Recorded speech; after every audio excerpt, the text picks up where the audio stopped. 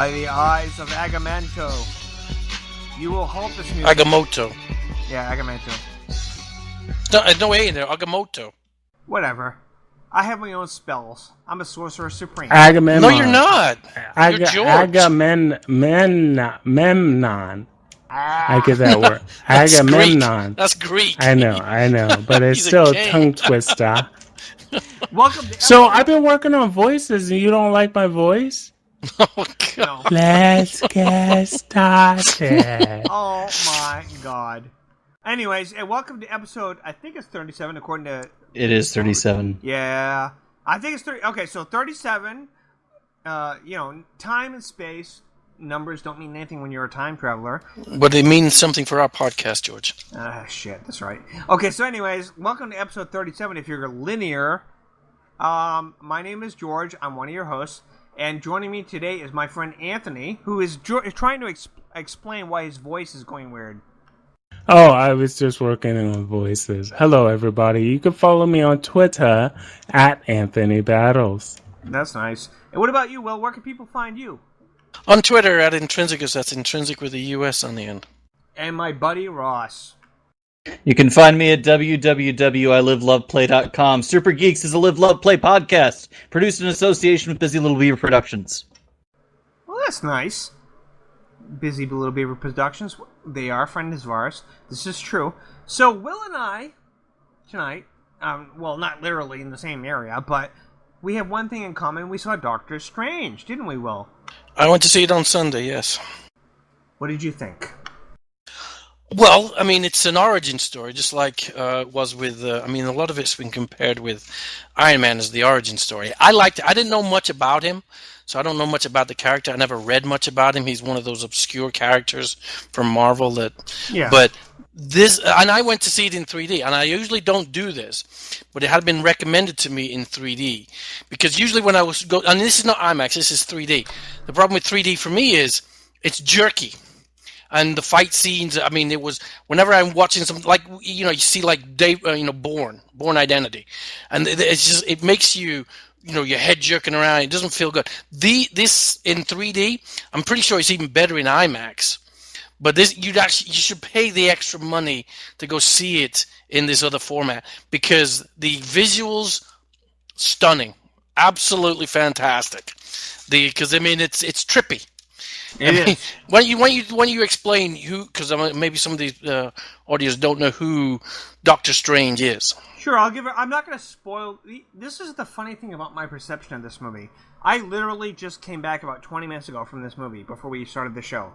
I'm familiar with the character. I'm not a huge fan, but I liked him because I'm more of a DC fanboy than Marvel. However, for Marvel, I am a fan of Doctor Strange, and ironically, he's always been one of the leaders of the Defenders, which is on Netflix. Unfortunately, that can't happen because of the whole movie rights and the whole way that they do things. But, that being said, Doctor Strange is... First of all, this movie takes place, by the way, from what I've done some research on, it is not taking place in the current time of the Marvel MCU until the post-credit scenes. And this wait a minute. It takes place during Iron Man 2. Well, there's cues in the movie that you can tell that the Avengers have been formed at this point. No, they haven't. Yes, there have. The writer said this takes place just before the I'm Avengers. sorry, George, but when you watch the movie and you've got the skyscape of New York, you see Tony Stark's building, and it's not got Tony or Stark on it. It's got the big A. You got it It's right. got the big A. You're right. I forgot about that. The Avengers scene. And that's the cue. And that's the only thing I'm going to tell about the movie. So it is the Avengers have been formed. You don't know when after that, but they have been formed at this point. Unless in the future, because you got to remember the nature of this movie, right? No, but this is him when he's still in New York. This is not when he's doing his mystical stuff. Actually, I didn't think about that. You're right. This is the beginning of the movie. In the interview, the dude said this takes place around the time of Iron Man 2 because they wanted to go backwards a little bit. Because you got to remember, during Captain America's the second one there, Winter Soldier, they mentioned Stephen Strange, how they had been watching him, right? But so this was supposed to go back a little bit further, but I think you're right. Unless they screwed up Well, that's what I'm seeing because I'm just going from the cues from the movie. Okay, so and I did see that one. So that's not that important, but you are right. No, it isn't. You are right as far as the little details. Okay, so Doctor Strange as a character, Stan Lee and whoever helped create him, I know their names, I should have wrote it down, but when they made this character, okay, this character Jack Kirby? Yes, Jack Kirby, thank you. The character is one of Marvel's signature characters, and Doctor Strange has always been he's the Sorcerer Supreme. So what this movie was meant to do was introduce the rules of how magic works in the Marvel MCU. What I love about this movie is they explain it in fact, the ancient one, played by Tilda Swan. Well, I'm going to talk about her in a minute. Well, she explains in a way to the audience that you can call it spells, you can call it programs. It's a mathematical equation about how the rules of the universe work. And if you are somebody that understands this, you know how to basically kind of hack it. And that's basically what these people are doing. That's been like White Wolf's Mage the Ascension game for the role-playing game. That's the way they always explain it. If you're a mage, if you're a sorcerer, what you're basically doing is interpretable. But you're basically you suddenly get it. You suddenly have that third eye open up, which she actually does. She presses her thumb, opens up his third eye, and you're seeing things that it's like the universe code, and you suddenly understand how things work, what constitutes reality. I disagree because I don't think you understand a damn thing. I think it's a complete jumble, and you're not supposed to. That's the whole point. I'm sorry, but again, I don't want to get into the nitpick of but we're not supposed to understand how this works. We're coming from his standpoint of complete people who are based in science moving into a magical universe. You're not supposed to understand this, but you're supposed to know, there is something bigger out there. That's the only thing that we're getting out of this. There's something out there that we don't understand that's bigger than us. You're just interpreting it a different way. That's the whole point of this movie. So go ahead. That's what I got. And again, I'm not going to get into... See, this is what's awesome about this movie. The fact that you're arguing with me about how I perceive it is fine, because that's the whole point. That's the whole point of this movie. It's your perception of what is reality and what's going on, about how these people do the rules breaks. They break the rules of reality. They suddenly, these people learn what is reality and how do you break those rules.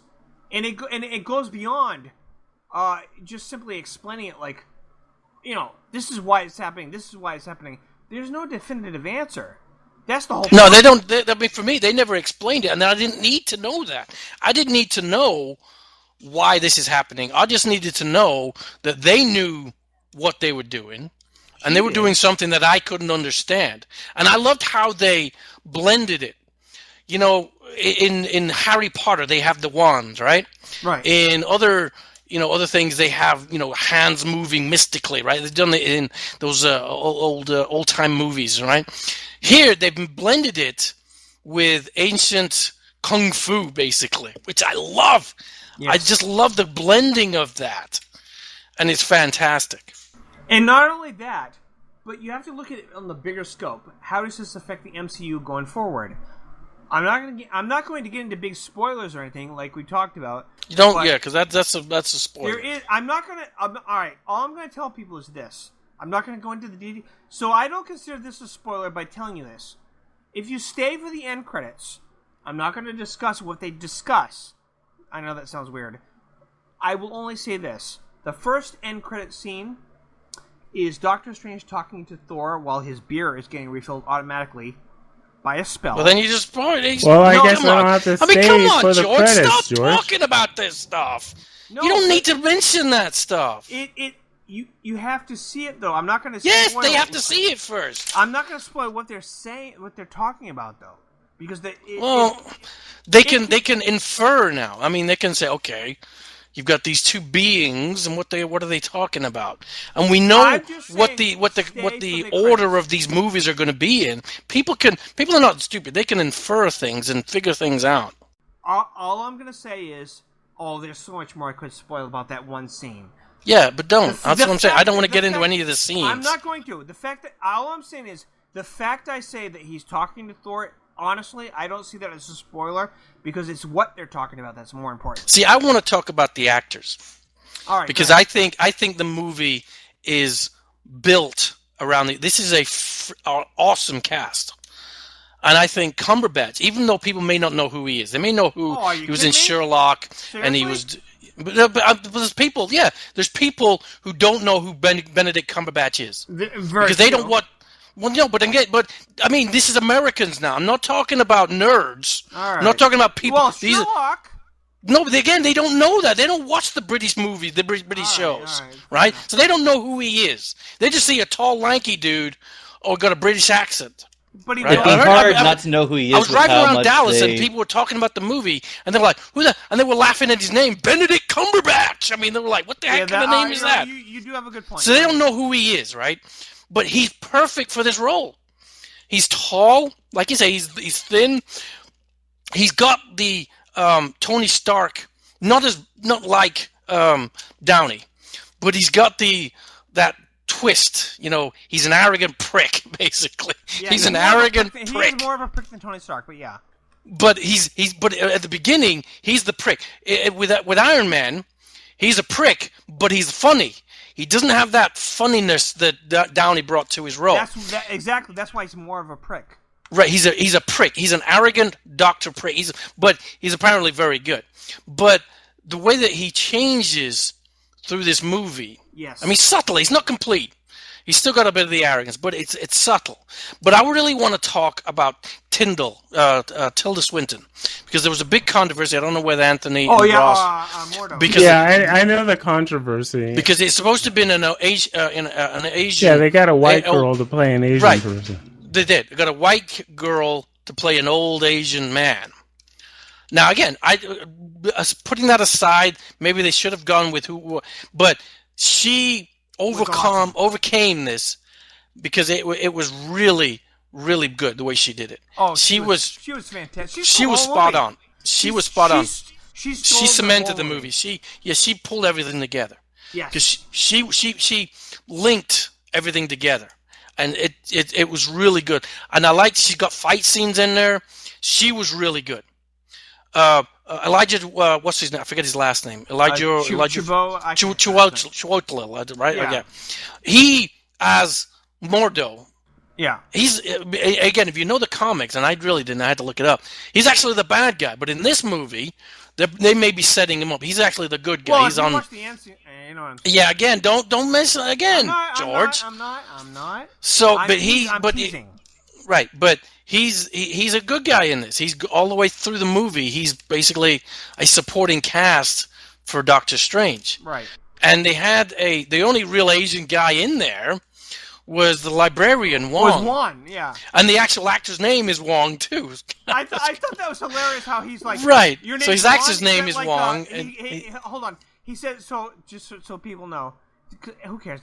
He says your name's Wong, just Wong, and he's like, oh, is that like Adele? And then later on, he goes to visit the library again. He goes, so like, is it like a Beyonce? And then after he leaves, he's listening to Beyonce. He starts listening to Beyonce, and my girlfriend started smiling. Right, but anyway, the thing is, in again the movies, once you go back, Wong was actually Strange's butler, right? So it's a demeaning character or a demeaning role. He's not actually. But in this one, he's actually he's actually the guardian of the library. Yeah. So they actually given him a role. Question. Yeah. Yeah. So, how much of the movie was a ripoff of Inception? Not really. No. Because Inception's completely different. You have to understand. Well, I'm talking about with the shifting of the landscape. Well, yeah. Okay. No. But again, I'll try to put this in perspective. What they try to do there is try to give you a visual of moving through dimensions. Is what that is. And it's simply a means. And again, when you see it in 3D, it's very good. Yep. You may not see it in 2D, but in 3D, it's very, very good. And it gives you a perception of these characters moving through these different dimensions. Well, not just the characters. They establish the rules of how this works. Not just the characters, like the whole But again, they laws don't set it up. of They don't magic. tell you. You have to figure They this don't out. have to. Well, they don't have to. When No, exactly. Listen, when she's training him, when they put on the little brass knuckle thing, I forget what it's called, and to make the portals. As the movie's going along, they're training the audience the way they're training him. You're learning, like he is, what the rules are of magic in this universe, which is the Marvel MCU. You're learning what it is that makes this happen and makes this happen along with him. So that's I will say. Go ahead. Again, I want to get away from the. I want to say, the humor in this was kind of forced for me. Yeah, a little bit. The humor didn't really jive with the movie, so you may get a little. Except with the Fantasia cloak thing. Well, okay, but no, I had a little problem with the way that they try to insert the humor into it. But that's a very small. Yeah, portion of it. I do agree with you there. But overall, and again, without getting into any of the details, hopefully we'll do it next week. Ross, are you going to go see this sometime? As soon as I can. There aren't that many theaters within reachable distance you to me live at the out in moment. the Corn Belt right now, so yeah. Yeah, and no car, so my mobility is limited. Ross, Well, just jump on your flying carpet. I will say this. At least ask your local taxi company what they charge. Uber. No, hold on. That would be nice if I had a data signal, Oh God, you don't even a have reliable data data signal? signal. You can make phone calls though, right? Well, yeah. That's what I'm saying. So you can't get it's just an app on your phone. It's an app, but it still requires a data signal in order to use. Oh. Well, at least ask the local cab company what they charge for whatever the distance is. Because for me, it's $6 to go to the theater today with me and my girlfriend. $6 to get back. And the theater is right across from where I work.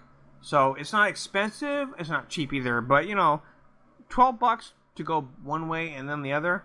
I don't think it's that bad. But anyways. But again, Ross is going to try and see it soon. Anthony, are you going to go see it anytime soon? Yeah, I will. It's really good. Like I say, I definitely want to go see it. For me, you've got other movies in the Marvel universe that are better than this. Iron Man 1, definitely. Avengers 1. I think those were better movies. Well, Iron Man is a better origin movie than Strange I'm going is. to disagree with you. I think this was the best Marvel film of all of them. No, it's not. I don't think so. Avengers is But better than this one. George, that's your opinion, and just because Will has a differing opinion does not mean you're wrong. So you don't have to defend your opinion. All I'm saying, I don't. No, I know that. I'm just stating. Then why are you doing it? I'm stating my opinion. So we have different opinions. George thinks it's That's the all. best. I don't. I think it's in third or fourth, but it's up there with one of the origin. Because, like I say, it's an origin movie. So we're getting sick and tired of origin movies with Hulk and Thor and Iron Man. So the reason why they had to do this, I know they have to set it up. They have to set it up, and they have to set up the Phase 4. I understand that, George. I understand why they're doing it, but I'm saying. I understand why they're setting up these origin movies, and I have no problem. And I liked it that it's actually shorter than 2 hours. I like that they had an origin movie. It's crisp. It's condensed. There's no extraneous material in there. You're not looking at Avengers. I mean, that's perfect for this movie. It's an hour and 33 minutes? 55. Perfect. Whatever it is. It's under 2 hours. It's a perfect length movie for for this time, second and third phase for these origin movies. It's perfect. You don't need these long, drawn out with scenes in there that you know. Because I even reading, they had scenes in there about younger Strange that they had filmed, and they said, well, it doesn't meld with the rest of the thing because he's old, so they pulled it out. They took him out. They made very wise editing decisions. They did. And you have to. There's one thing I will say that has not been mentioned by either one of us. I've always loved Rachel McAdams as an actress, and They didn't give him much to do in this movie. well, though. still as a supporting character, I thought she was great. Maybe more of a role ended up on the cutting room floor, but she didn't really have a lot to do in this movie. Well, what they said was she's one of there's the night nurse like the one. Yeah, but that's fine if she's going to be doing that role. I she's don't have a one problem. of the night nurse. Yeah. So, but she didn't have a lot to do. She was good. I mean, like I say, this cast Not a lot to do. was one of the better casts for Marvel. I mean, Yes, they yes. all nailed their roles. There was no, he doesn't fit or she doesn't fit. They were perfect. So, and for this, like I say, Tilda Swinton was perfect. She was You may awesome. disagree with her being the ancient one, No. but no, I don't. Like I say, I held back my opinion until I'd seen her performance. Perfect for me. She nailed it. Cumberbatch, perfect for the role. I mean, they nailed it. Okay, so what I liked about this film also is that they explain my girlfriend, before we went to see this movie, her birthday was yesterday, and I said to her, because I didn't get paid till today, so we were gonna make up for it and go to the movies, and I was gonna show her the trailer for Doctor Strange because she didn't have any idea who this character was. You have to understand, like I'm trying to bring somebody to this movie who has no idea about anything that's going on with this movie. It's like, and if you have to bring somebody to this movie and they have no idea, even seen that trailer for it, come on, you got to understand, this is a lot to ask from somebody. You're talking about some really metaphysical mysticism stuff, right? Heavy shit. Not just the fact that it's a superhero movie or a Marvel movie. The fact that she understood it from the beginning to the end.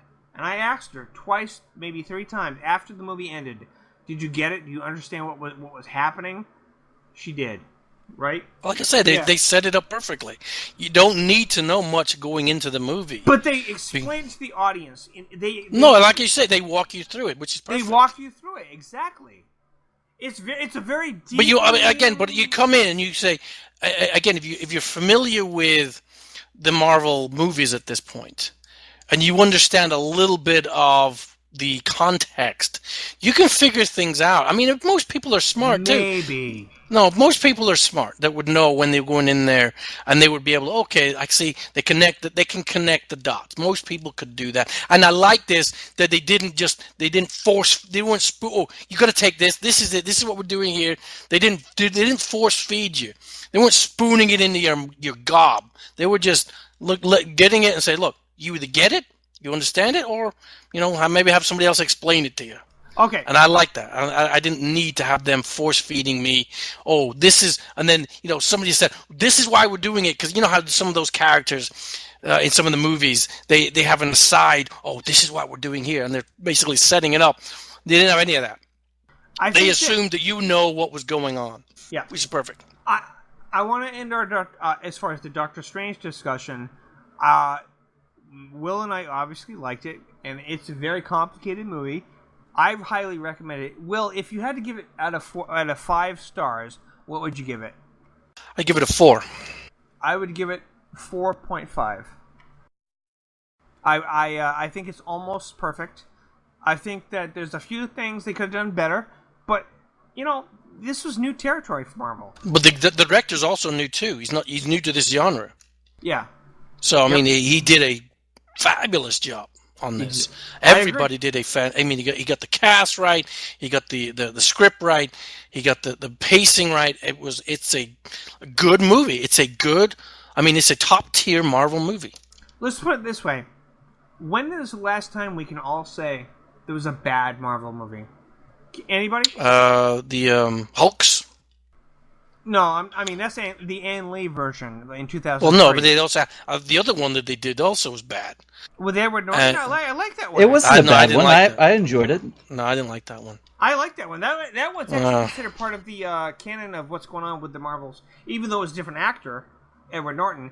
I didn't like Norton. I don't like Norton. So. Right, but that movie is, even though he was recast, is still considered part of the current canon. Yeah, I don't like him. That's why I probably don't. I don't like Norton.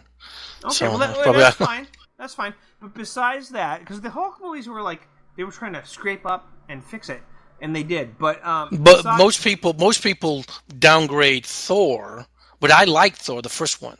But what I'm trying to say is, when was the last bad Marvel movie?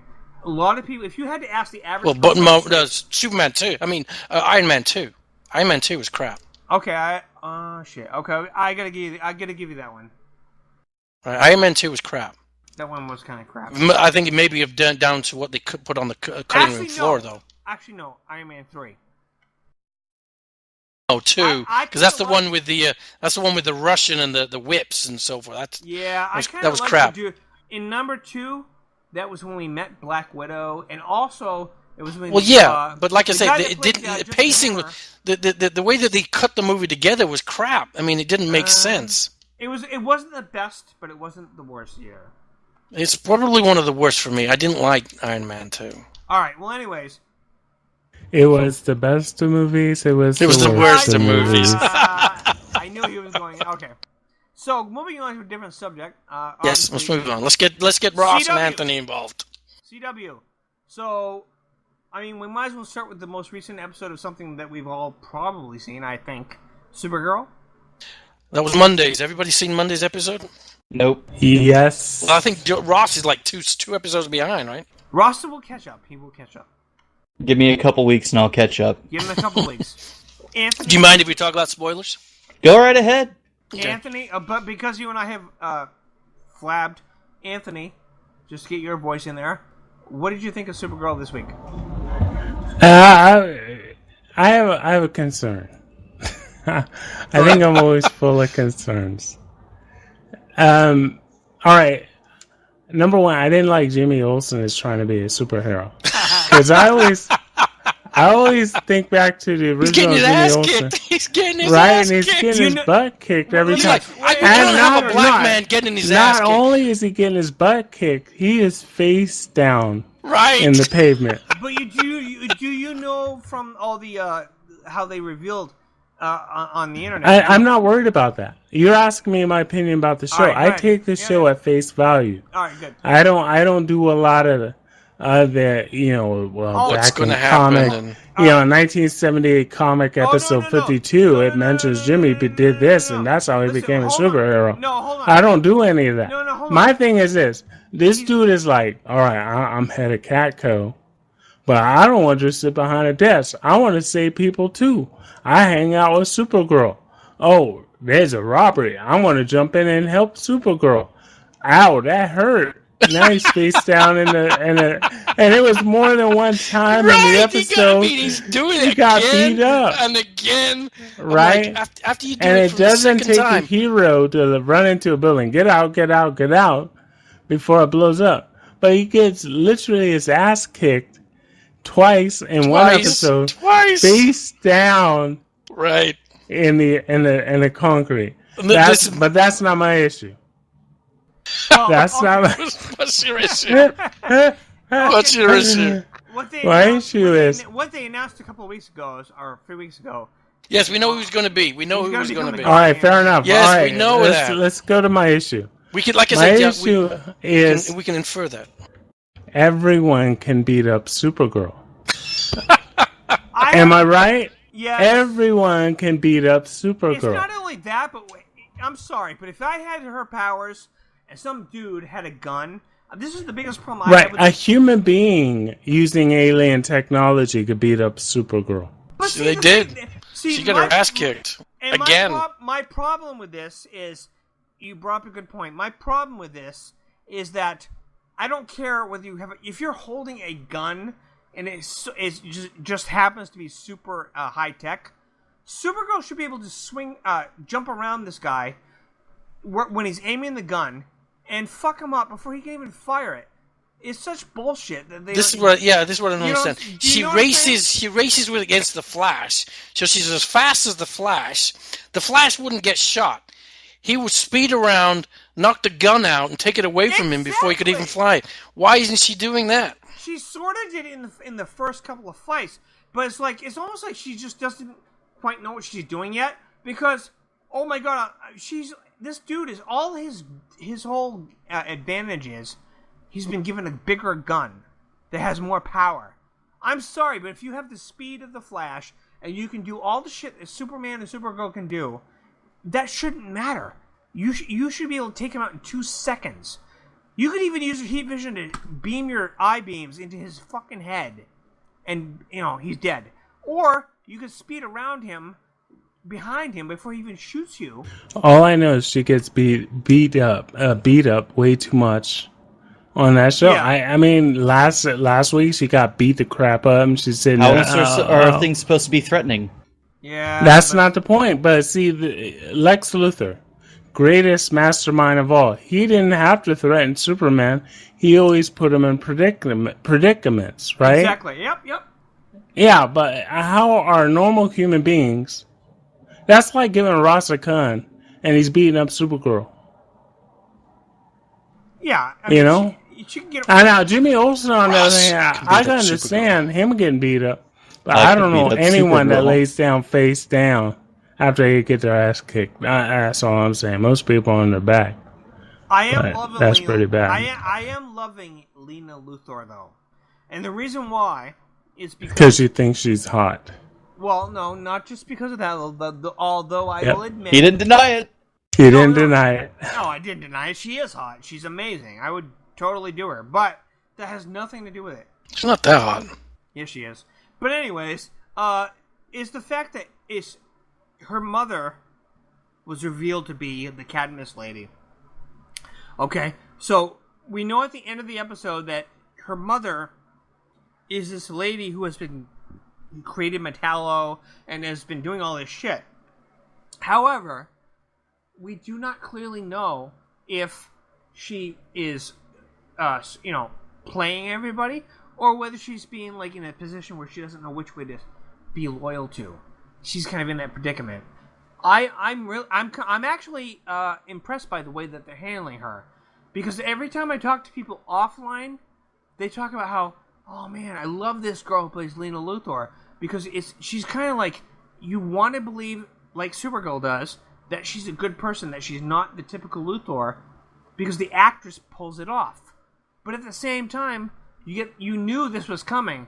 There was going to be some kind of a slime connection, and we got that at the end of this episode. Does this mean... One of the things that I took note of is that the kid from Daxon, he was hitting it with Miss Tessmacher. Now, that's a very familiar name. Yeah, from Superman the movie, yeah. Right, because Miss Tessmacher was Lex Luthor's assistant. Right. And Superman. Yeah. Exactly. I picked up on that, Miss Tessmacher. I was like... she's like, do you have protection? He's like, I have a sword. Do you need a sword? You need a sword? Yeah, that was awesome. Yep. You know use really that. People, if you're listening, use that next time someone says that to you. And you know what was really creepy? Is that Supergirl didn't leave the room and turn her head. She walked right up to them while they're still, like, kind of like he was still inside of her. I'm sorry to be crude, but he's in the middle of screwing her on the desk.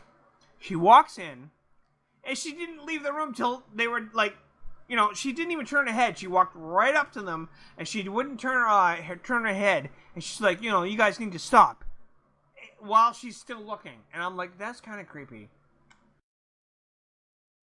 You know what I'm saying? Oh, no, it'd be creepy if she just stood on the other side of the wall looking through the door. Yeah, X-ray vision. Looking at him. Because she's like, she goes, you can't be doing that. And he's like, I'm pretty sure I can. It was hilarious.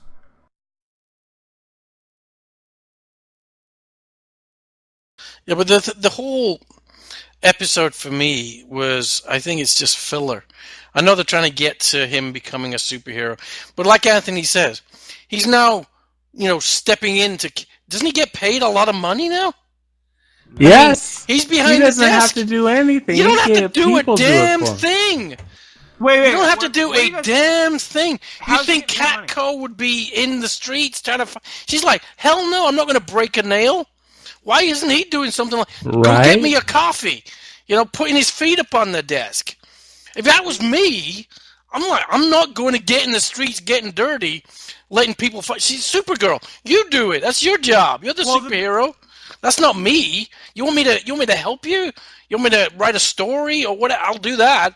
But I'm not getting down in the street swinging my fist at anybody. Well, the thing also you have to remember is that, as far as I'm concerned, it made no sense for her to try to introduce this guy into a job among humans when he had never grown up in our society. And rip. That was retarded. I mean, she never actually. She grew up from the age of like 12 or something like that to, she understood how the human world worked before she went to go work for Catco. So this guy from Daxam crashes. He's already an adult. He's already like set in his ways, and she expects him to really put on a bow tie and whatever and go to work. And you know why they did it? Comic relief. Yeah, I understand that, but that's all it was. That's the only reason those scenes were in there. Why did they throw him back in a cell though? At the end of the episode, he goes back in his room. You see all these bars. Yeah, I thought he was given into her custody. Why isn't he staying at her place? Is he a prisoner or isn't he? It's kind of really fucked up. Yeah, again, for me, it's very confusing what status he is. Is he living at the DEA or whatever, DOA, whatever it is, DEO, or is he in her custody? Doesn't he live with her at her apartment? It doesn't make any sense. They haven't really you're okay. So Wynn can somehow get him to go out in the last episode. They can go out and they can have fun and get in trouble. He can beat some guy up and he can get in trouble. And then Kara can say, "Oh no, you're cool. Let's get you a job at Catco." This is an alien from Daxam. He's never had any understanding of Earth. I don't know how he even speaks English. So somehow she just expects him to go have a job. Because plot. Yeah, exactly. So let's. But anyway, that's wait. Probably one of the weaker episodes so far. But there's one strong point, Will, I want to bring up before we move on. Is let's face it, we all saw this coming. Alex is pretty much admitted she's gay. She was about to tell Kara. She was about to come out of the closet. She explained, and what's her face? Her girlfriend there, her potential girlfriend, has pretty much got her to realize that who she really is. Now, a lot of shows do this stuff, but this is the first time that somebody from a major CW show has said, "I'm not just bi. I never realized I was gay," and they kind of made a big plot point. We're learning more. Who's coming out? Alex, her sister. Ah. She is. But that's not a big deal. It shouldn't it be isn't. a big deal. All it is somebody struggling with with honesty. Their identity. Their identity. That's all it is. Whether they want to ask somebody. I mean, she's actually be honest for the first time and say, "Hey, this is me." She's struggling with that. And she's struggling to whether she wants. I mean, she's afraid to ask somebody else because she doesn't want to get rejected, and just like everybody else faces everything else. I mean, it's not a big deal, but it is worth talking about because for this show, this character has never. They're making a point out of how she doesn't even realize until now that she's gay. That's the only reason I'm even making it an issue. It's not about. But we knew she was gay before that came out because she wanted to ask her out, and then she was sorely disappointed when a chick had a girlfriend. That was implied. It was not. It was not. Oh, come on! You can't read that. But in this, episode, humans communicate without using words. You know that, right? I agree with you. However, that was a conversation that was being had without the use of words on that show. I agree with you, but the difference is in this episode, she makes a point how even at this point in the show of her character, she has never admitted to herself maybe she's gay, and what's her face gets her to. I'm gonna give you a paradigm shift. It's not that she didn't admit to herself that she was gay. She never realized she was gay. Right. She was always wondering, why did she have trouble with the guys? Right. Because in the way she grew up, girls dated guys, but she never liked guys. And then this was an epiphany for her.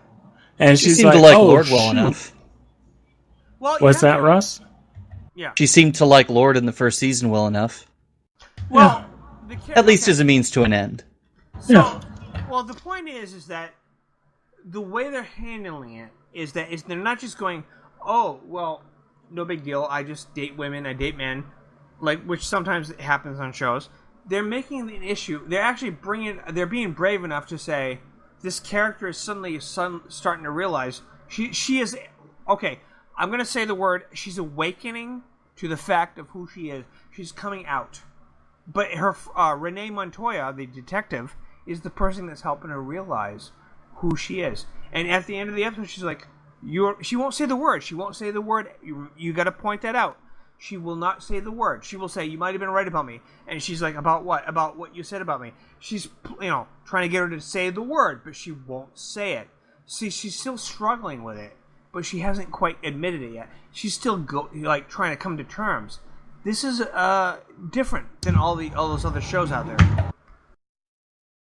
That's all I'm saying. Like the other shows, it's no different than other shows. I don't know why you say that. Because all it is character development. In a good way.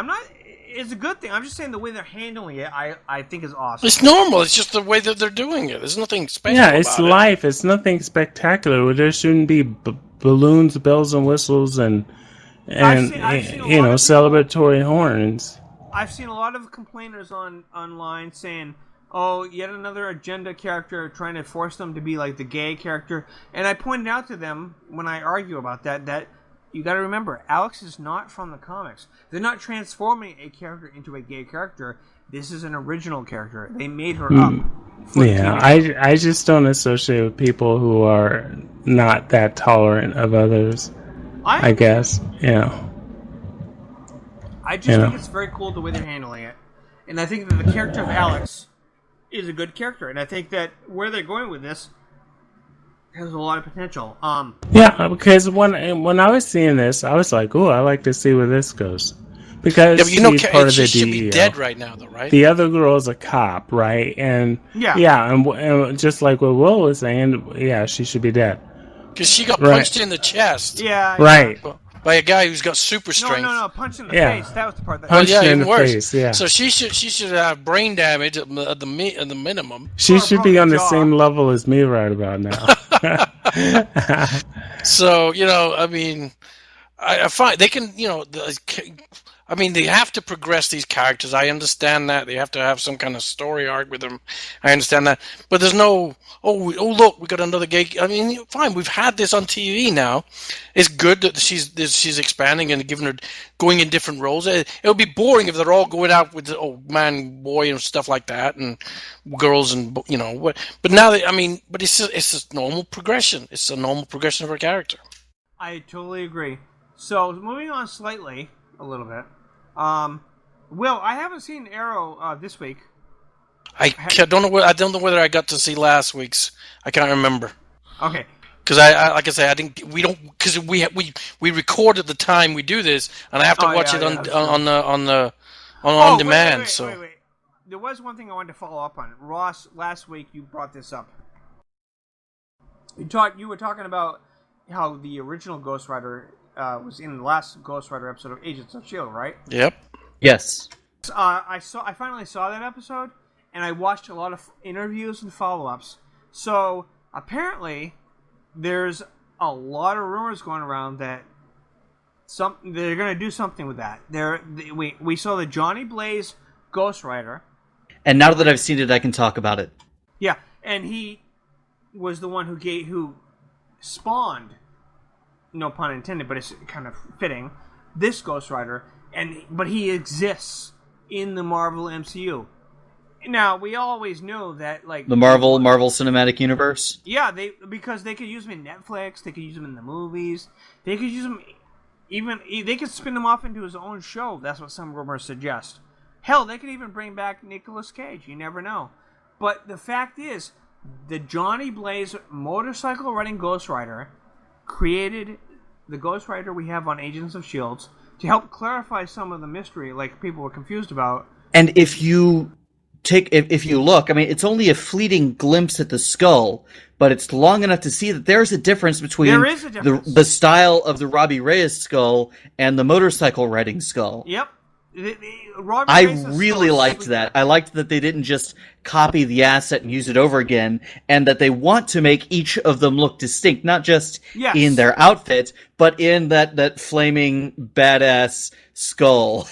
I tell you the truth. I've just looked at me on demand. I have not seen last week's Arrow yet, so I can't talk about it. Right, but we're talking about But to me, with Marvels of S.H.I.E.L.D. or Agents of S.H.I.E.L.D. Agents of S.H.I.E.L.D. is my favorite show this year of all the superhero shows, because I'm loving what they're doing with the Ghost Rider. I'm really liking this. It's different than super, because it's not beating up the bad guys. they've got the bad. Basically, he's a bad guy, or he's killing people. He's a mercenary. He's he's a vigilante.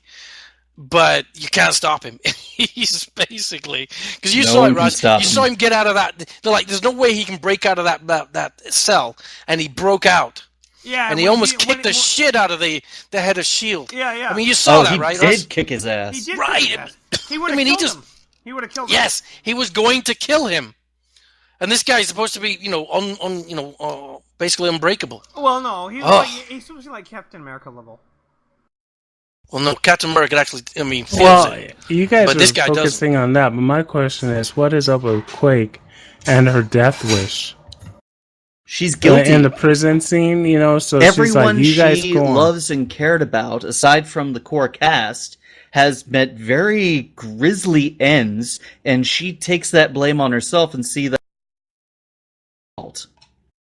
Well, she's trying to kill herself because of her boyfriend blowing himself up last time. I mean, that's what she did. She didn't like that, and she feels guilty. So she has PTSD. So why don't they focus on taking care of that instead of her always? I want to help, and then she's like, "You guys go, so I gotta die." That's basically what's happening. I have to agree with that assessment. Yep. I would say that you're right about that. Yeah. It's like in when season 1 when Ming Na had her issues and they had to fix her, right? And then now season 2 Quake has issues, but no one's fixing her. She's been evading everyone all this time. They're still in the middle of their crisis, and she hasn't warmed back up to everyone yet. I just feel it's reckless. That's all. Well, that's the whole point. I think they're trying to show that she's reckless. She was literally letting the prisoners beat her up. Yeah. What are you doing? I had this. Yeah, she was hoping that they would kill her so she would be put out of her misery.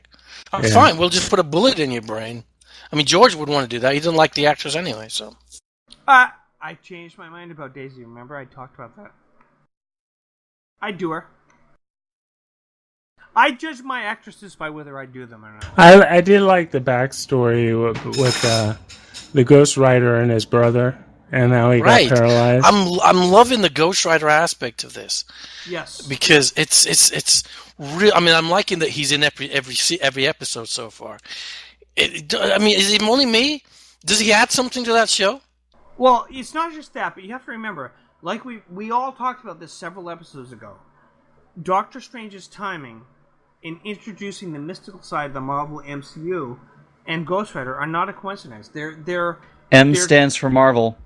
Well, okay, but I'm trying to say that that's true. But I'm just saying that they're trying to introduce the metaphysics. In fact, Will, you know what I'm talking about. The way the Ancient One explains to Doctor Strange the difference between how you can explain. I don't worry about that. I'm just saying. No, I'm not worried about how they're going to connect it. For me, the character himself is just fascinating in this setting. Yeah. Well, I mean, because I'm loving it. I'm loving this character for a reason. But listen, you watch Doctor Strange. So what the Ghost Rider is? No, it's irrelevant how they're matching it up for me. I don't care about that. I'm just giving my opinion. Hold on. I don't want to reveal a lot about the movie itself. No. This is not a spoiler. It's a observation, an opinion. So it's a theory. Call it a theory. So the vengeance of spirit, the spirit of vengeance, which is what Ghost Rider is supposed to have inside of him, could be, as they explain in the Doctor Strange movie, one of the many interdimensional beings that are trying to, always try to break into our world. It's really that simple. They break it down, but if you connect the dots, like if you watch Doctor Strange and you watch Agents of S.H.I.E.L.D. this season, you can see how the explanations they're giving through the Ancient One on the movie are helping to understand what's happening on Agents of S.H.I.E.L.D. That's all I'm saying. Okay, but for me, like I say, I'm not worried about how they're going to mash it up and explain it.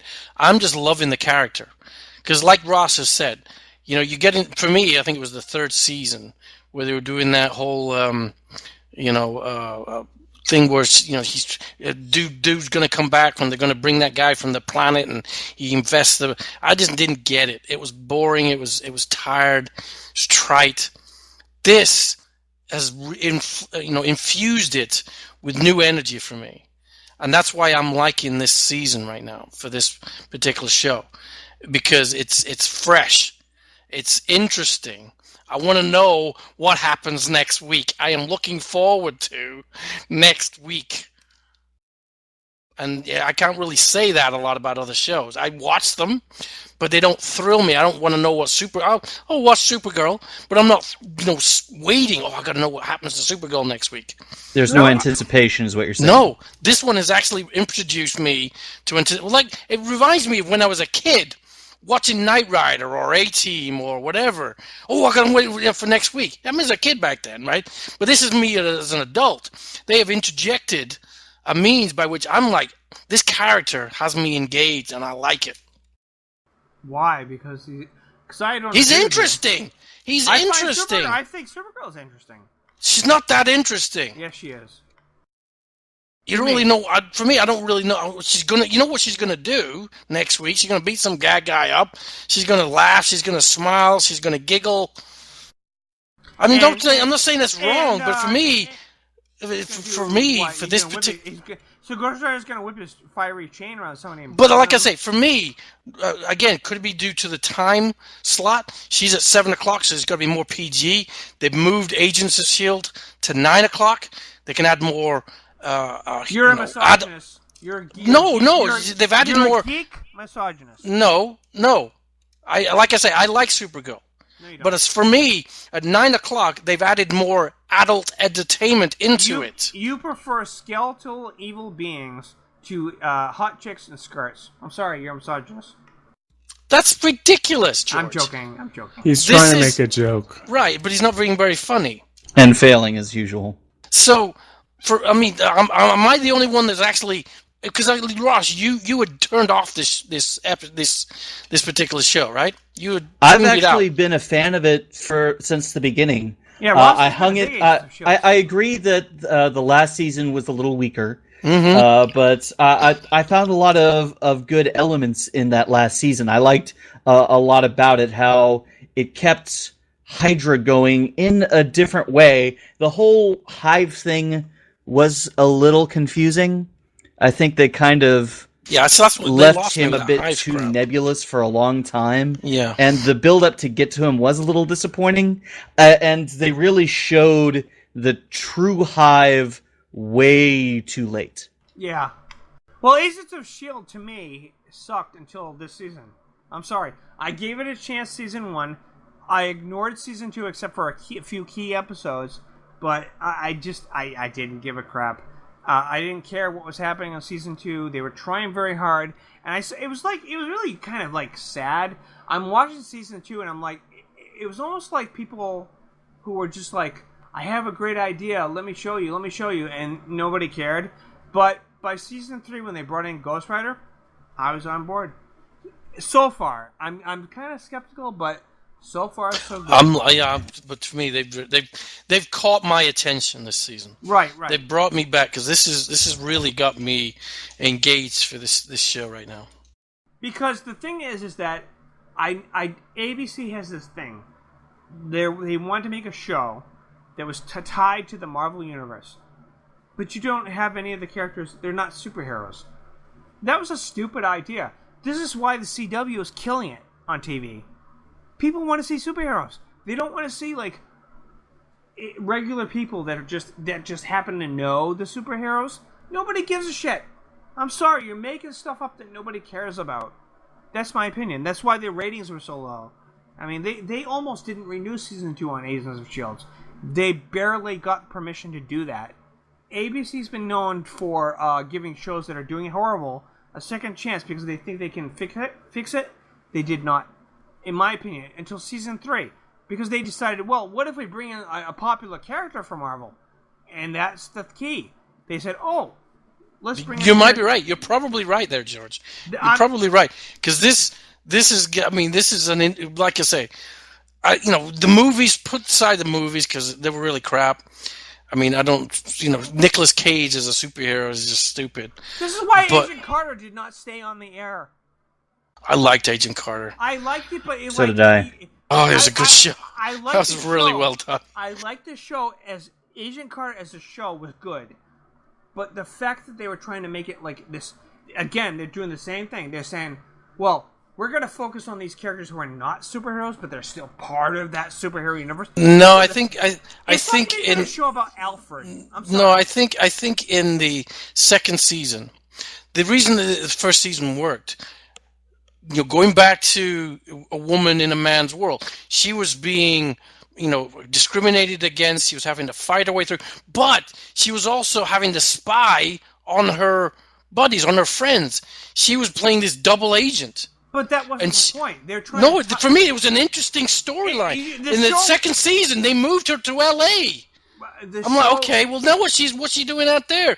It was kind of laissez-faire. It was lackadaisical. It was boring. I agree with you, Will, but the thing is that you have to remember the whole selling point behind Agent Carter was that it was a connection to the MCU. So, in that regards, it's a bad idea. You can't take parts okay, does anybody want to see a series? So you're a misogynist? No, you'll take a beefy superhero over the plucky shield agents. No. Yep. George, you just said it. I didn't finish my sentence. Let's put it this way. I'm gonna work any minute. No, it's a joke, George. I know. But what if? Okay. But he still has to explain though, because you got him started. Hold on. If you can't trust George with a tweet, I'm just kidding. I know, but if Pepper Potts from the Iron Man movies, if they suddenly decided, let's make a show about Pepper Potts, let's get her to come and be her own main character, and the whole show is about what she does when Iron Man goes off and does what he does, while she's back behind the scenes doing whatever she does. Do you really think that's gonna? George, that's ridiculous. She was setting up S.H.I.E.L.D. This was a backstory where they were setting up S.H.I.E.L.D. That's not how the general audience sees it, though. It's too bad they canceled it before they could really explore that a bit more. I know, that's what I was looking for. Will, I'm agreeing with you as far as the basics of what the plot is supposed to be, but the audience doesn't see it that way. They see Peggy Carter as Captain America's would-be girlfriend that he never got to be with. And so did the characters in the show. Yes. No, George, the first season of Agent Carter worked because they had conflict within the workplace. She was fighting this duality. But when they moved her to L.A., they removed that aspect. She was no longer this dual character. Kind of there, but in a few ways it didn't work. When I watched it, again, I lost the plot on that one. Because I watched the whole thing. Okay, so where do you guys think it went wrong? When they moved her to L.A., they should have left her in New York. Okay. They should have left her in this conflict of this male-dominated society, and she's having to force her way through, get her ideas through, but also fighting a bad guy at the same time. It was a fantastic concept because she was the superhero. She was doing superhero work, but she was a human being. And she was a woman fighting in a man's world. That was made it great. So my question to you is this. As outside of your fan love for what the story is, as a company, as ABC, whatever, Disney, where did they go wrong? What part of them moving her to LA, where did the ratings and everything start to dive? Was it because when they moved it to LA? Was that really the reason? Because again, when you're looking at the time frame in LA, it's open, there's wide spaces. You're no longer in the concrete jungle of New York. You've got open fields. There's much more an acceptance of women out there at the time.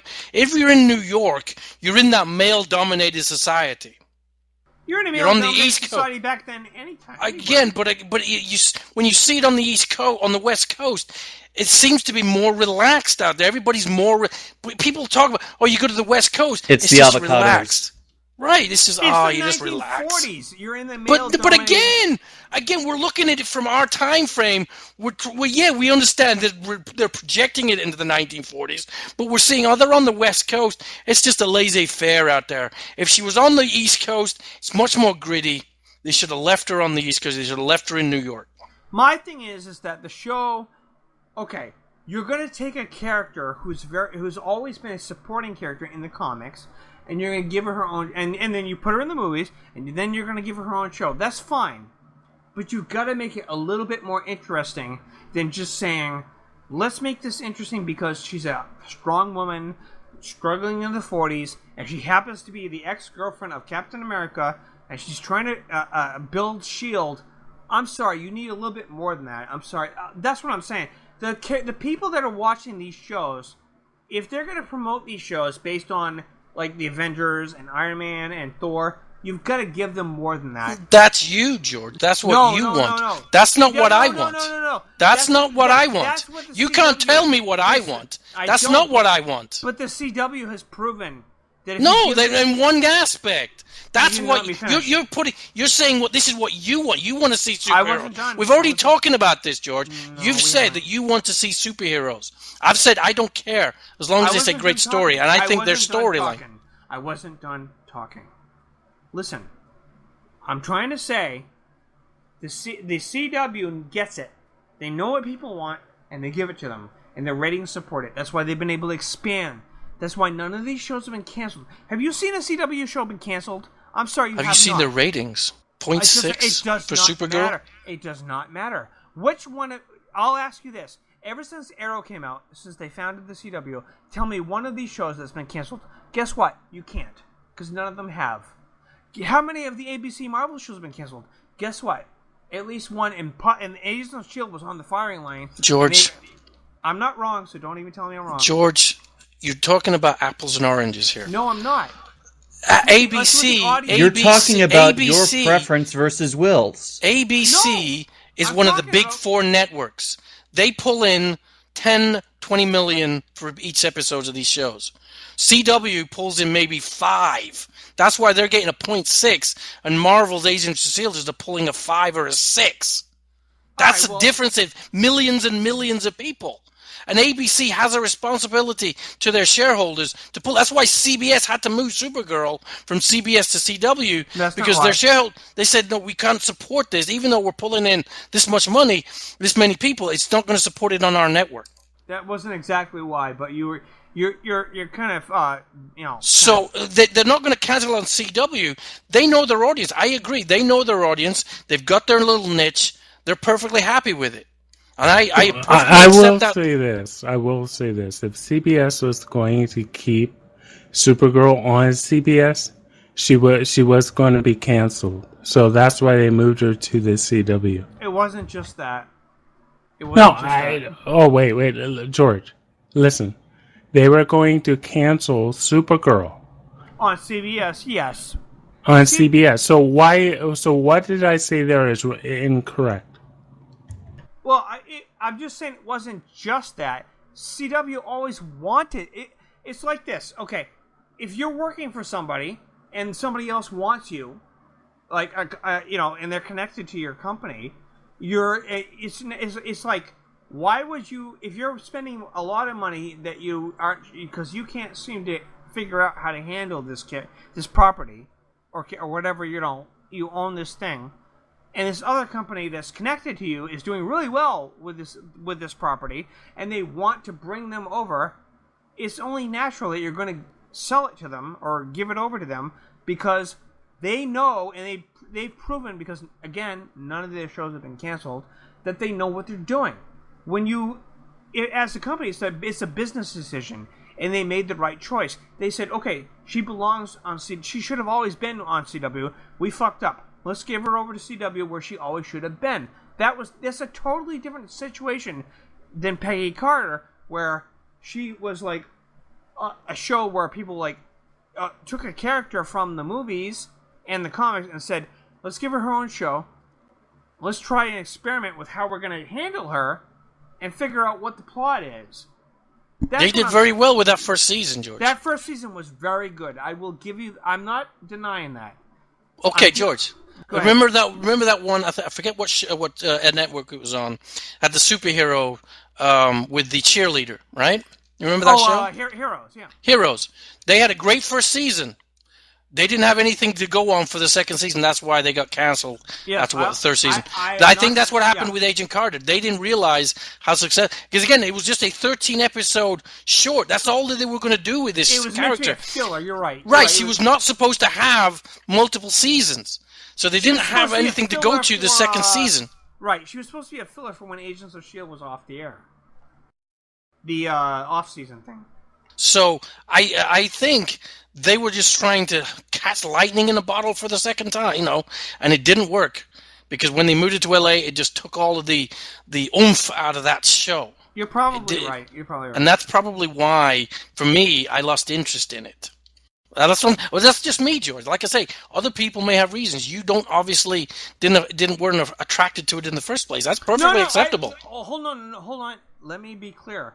I loved the character of Peggy Carter. I loved her in the first season of her show. I watched a lot of her second season, but I didn't notice the change to LA like you were talking about. I don't know what happened. My opinion was that they just didn't have faith in the property of that show. It was less focused. Yes. It was the second season was kind of all over the place. Yeah, hey, Will. I agree. Yeah.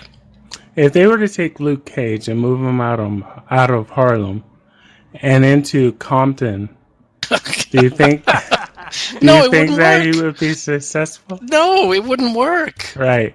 It would not work. Because the character in that case is defined by his surroundings. Right. Like Daredevil. You take Daredevil out of Hell's Kitchen and take him into Beverly Hills or whatever, it's not going to work. Right. These characters are attached to their locale.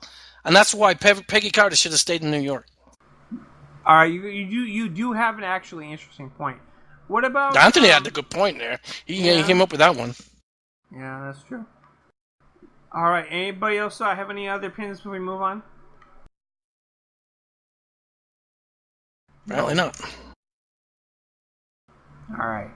So other than Agents of S.H.I.E.L.D. and Peggy Carter, so we have... Okay, it's been long enough, way long enough. Will, let's go into it. Let's get into and Anthony. Let's get into Luke Cage. Let's just go in all the way to the finale and give our thoughts, because it's been so long now, it's like kind of crazy that we haven't actually discussed this. But we already talked about this, haven't we? No, we didn't. Yeah, we already talked about it. But we didn't talk about, like, the details. Well, okay. We already talked about it. You guys feel like we covered that enough? Yeah. I think we have. I think we gave enough for the fans to go watch it on Netflix themselves. I already told you why I think it's the third best on the Netflix. Yeah, and why he hated the ending. Right, that's the reason I'm giving it a third, because of the freaking ending. Yeah, pissing me off. The good guy goes to prison and the bad guy gets set free. I did not get that ending, but anyway. All right. Let me. I love the fight at the end because it was kind of Rocky-esque. Right at the beginning of that last episode. Yeah. That was very Rocky-esque. It's like, oh, man, they're bringing Rocky in, and then they freaking get him sent back to prison. He's the hero. The hero goes to prison. But you know what gets me, though, is that it was Big Brother beating up Little Brother. Yeah. Okay. That's domestic violence. Yeah, it is, really. I'm going to bring up something... It's just a Saturday night. Right? All right, so listen to this. I will link the facts for this, but I don't have it on me right now. But recently, a poll was not a poll, but a bit of data came out. Before you continue, go ahead. I've been duped by polls for the last 15 months. It's not a poll. I'm a little bitter or bitter over polls, so I don't want to deal with polls, numbers, or anything like that. Hillary Clinton sent this to me, so just hang on. No, I'm kidding. All right. So what did she say? She said, "George, do you want to have sex?" And I said, "No." No, I said yes. I'm just kidding. Anyways, so so recently it was revealed that DC and Marvel, as far as how well each group is doing in the sales of the comics, Chris Claremont, who's one of the head writers of X-Men, had a complaint. He was talking about how Hollywood is screwing up the comic industry because they are making the people focus on the movie only on the comics that they make into movies. So he's saying like the X-Men sales have plummeted because Marvel's focused on promoting, the Avengers and all this other stuff, whereas Fox owns the X-Men rights, even though it's technically... I have a question. Go ahead. How is it the movie industry's fault? I'm about to explain that. Hang tight. So what happened was, Chris Claremont got complaining about this, but the actual numbers, here's the deal. So the X-Men, and this goes back to about September. Can you get to it? September. Just tell us why the movie industry is at fault. I'm about to. So he claims that the movie industry is like hurting the comic industry because people are only interested in the movies the comics that are being turned into movies. It actually turns out it's the other way around, and I'm about to explain that. So, in as far as Marvel, I'm going to go from Marvel to DC. These are the numbers from September through November. X-Men, Avengers, Hulk, which are the top 3 titles for Marvel right now. They average about 47,000 copies sold per month. Hulk now focusing on She-Hulk now. Yes. But, on average, the Hulk titles and Avengers... They dropped the she, it's just Hulk. Okay. But I'm just saying, the average title in Marvel for the top 3, whoever it is about little less than 50,000 copies per month. Okay? Now, Chris Claremont's argument was that it's because of the movies, that there's a bias thing going on because people are not picking up comics because they're like, oh, we can just watch the movies. DC, however, 125,000. And you know what those numbers are part of? 3 titles. Batman, Detective Comics, and I forget the other one, but it's another Batman title. 3 Batman titles. Triple the numbers of Marvel's copies that are sold per month in the last 3 months. And here's the interesting thing. There has not been a Batman film in a long time. Yes, Batman has been in the Batman v Superman, and he's going to be in Justice League, but he has not had his own franchise. So Chris Claremont's argument about how the industry is screwing up comics has been sort of debunked, and it's the other way around. When Guardians of the Galaxy came out, the local comic book store said that they couldn't keep a single copy of this comic on the shelves for the next year. So it's actually the opposite. Instead of the movies hurting the comic industry, it's the other way around. The movies are helping the comic industry. When nobody ever even knew who the Guardians of the Galaxy were. Marvel took a chance. They took a property that was very little recognition, and they turned it into a film. And ever since then, the comics have benefited from this. They've been selling off the shelves. However, you go to DC, everybody loves Batman. He has not had a film in years since the Nolan films. But his comics are selling triple the amount of comics than Marvel. So, I don't know. What do you guys think about that? I'm just going to say that Baby Groot saved the movie for Guardians of the Galaxy. Baby Groot did? Baby Groot. Right at the Dancing end. Groot. Yeah, at the end of the movie. Saved the whole movie. People went back to see it again because of Baby Groot. I have to agree with you. What do you think, Ross? I didn't know a lot about Guardians of the Galaxy either until I saw the movie. So you would agree that the movies do help influence the comics, because the comic industry itself is in trouble right now, from what I've heard. I mean, people are always going to sow doom and gloom about one property or another. You remember all that talk about how digital is going to put print out of business? Nope. Oh, yeah. Good point. I think just people are blowing things out of proportion to get views. A lot of these news agencies are like that. I've talked to a few people out of curiosity because I picked up this news on Collider a few days ago, and I asked a few people, and they told me, you know what's funny is that they actually got interested in the comics because of the movies. Like, you know, for example, Thor. They were more interested in Thor after the movie came out to go back and grab his comics. They were more interested in things like, I don't know, I can't think of, Iron Man. Iron Man, when Marvel made Iron Man, he was actually not a very popular character until the movie came out. Now he's like a hot topic. You know, yeah, he was a secondary character in Marvel, wasn't he? That is absolutely true. The people that are currently making the movies in Marvel, they're judging the material by if you never had a comic book, what would make a good movie? And that's okay. Here's a thought for you to think out real quick. Go ahead. For the longest time, Marvel didn't have creative control of things that they licensed. They want to put out licenses are moneymakers.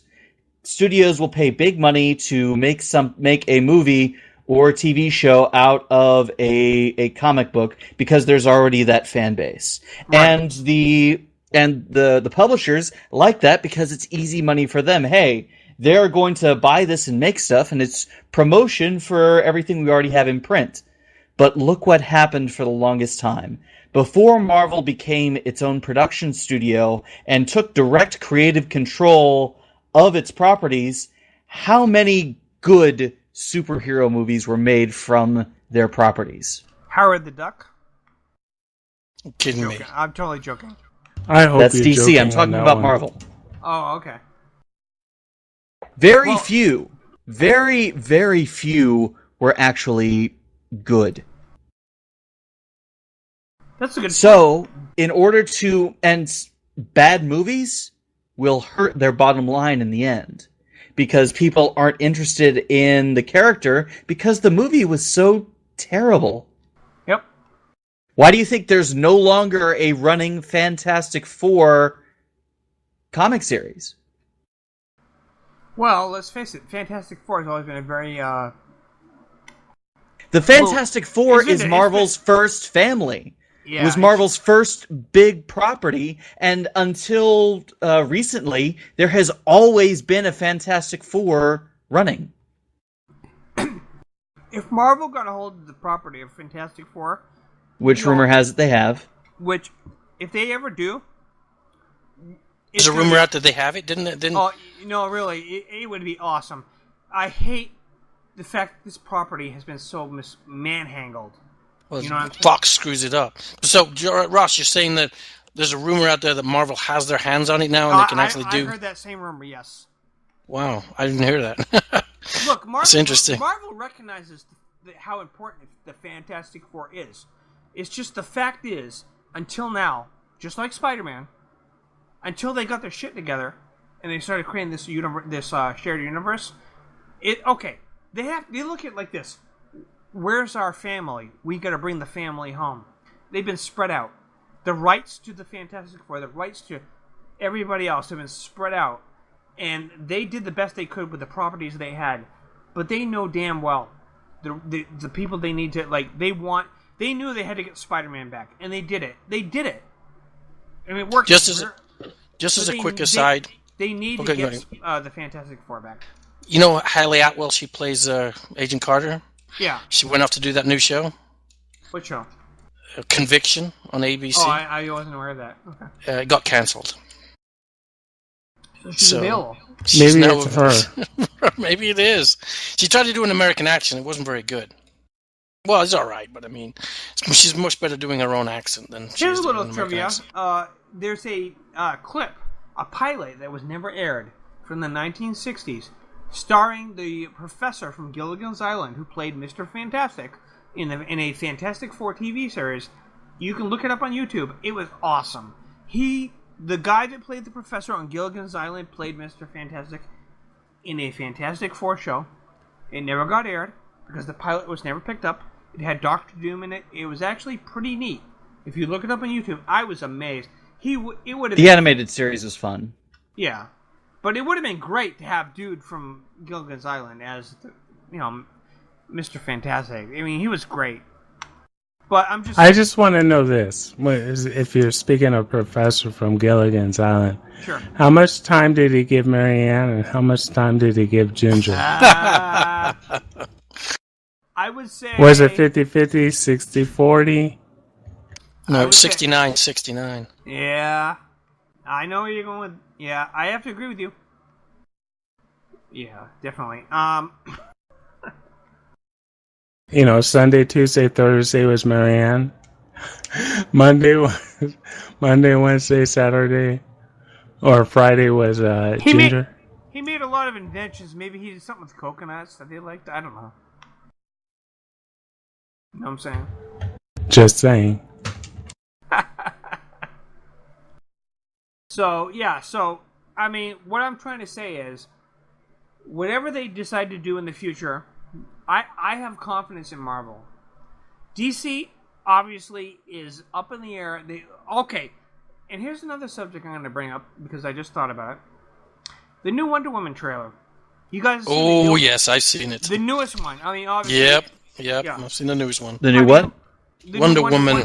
The Wonder Woman. Oh, yeah. Let's bring that up. Let's make that the next subject, because we were doing this randomly on the cuff anyways.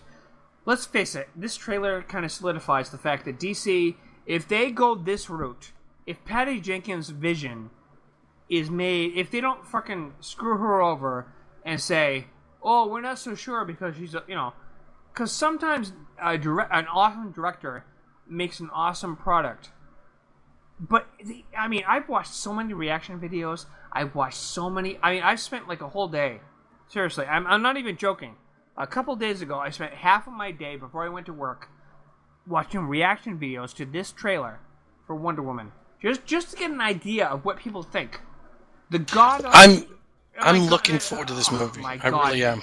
This is going to be DC's shining star. If this where works, we need to start. Then DC will be back. Yes, you need to forget Batman v Superman, or not forget it. You need to learn from it.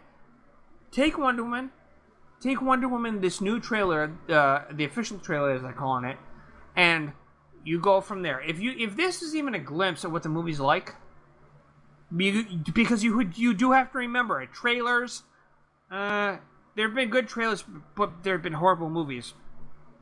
I'm optimistic though, and if this movie is even half as good as the trailers, DC, you've got a shot at beating Marvel. Seriously. Because the world is fucking reacting to this Wonder Woman trailer, and they're like, especially girls. If you actually research this shit, women are going crazy. They're doing that whole arm bracelet cross thing as a thing. They're like embracing this film. They're like looking at good for them. That's fine. It's perfectly acceptable. It's awesome. I think this is about. Although I have seen commercials.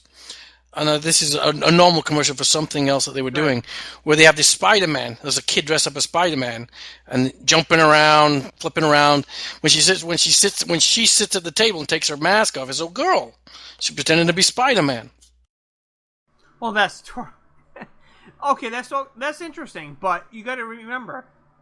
The thing is, a girl can dress up as Iron Man because she's in a suit. Okay, they can do whatever they like. But this is different, right? Well. I understand that. They have a woman who is now a superhero. That's perfectly acceptable. Wait. Wonder Woman, going back to the 1930s, she's one of the first... She actually predates Superman and Batman. That's the sad part. Nobody gives her that recognition. Okay? This character has been around the longest, but she's been one of those characters that, she's a woman, so we can't recognize her. This character needs to emerge right now. And... everybody. And with this trailer, she certainly is. Oh yes, hell, and you know what? Gal Gadot is she's absolutely magnificent, and people ragged on her because they hired a model to play Wonder Woman, and obviously she proved them wrong in Batman v Superman. I don't care what these critics say. When you watch this trailer, I have an encyclopedia that my girlfriend got me a few years ago because I love Wonder Woman. She knew that. She got it for me. It's a big, thick encyclopedia of the history of Wonder Woman. And when I look at Gal, I don't care about her boob size or whatever because everybody's like, oh, she's not physically accurate. I don't care. Gal Gadot is Wonder Woman. She's as much Wonder Woman as Christopher Reeve is Superman, as much as anybody. Unbelievable. What do you guys think? I think the trailer really encapsulated the film, gives you a good idea of what to expect and the kind of the flow of what the movie is going to be. How Themyscira is exposed to the outside world, how the war comes to Themyscira, yes. And then, of course, Diana's going out into the world and her first experience in a world of man with, what's his name? What's the character's name? Chris Pine's character. Steve Trevor. Yeah, Steve Trevor's trying to have her fit in and her kind of pushing back. Right. And I really, really like the idea that Themyscira's isolation comes to an end with the First World War. Yeah, well, not only that, Ross, you bring up a very interesting point.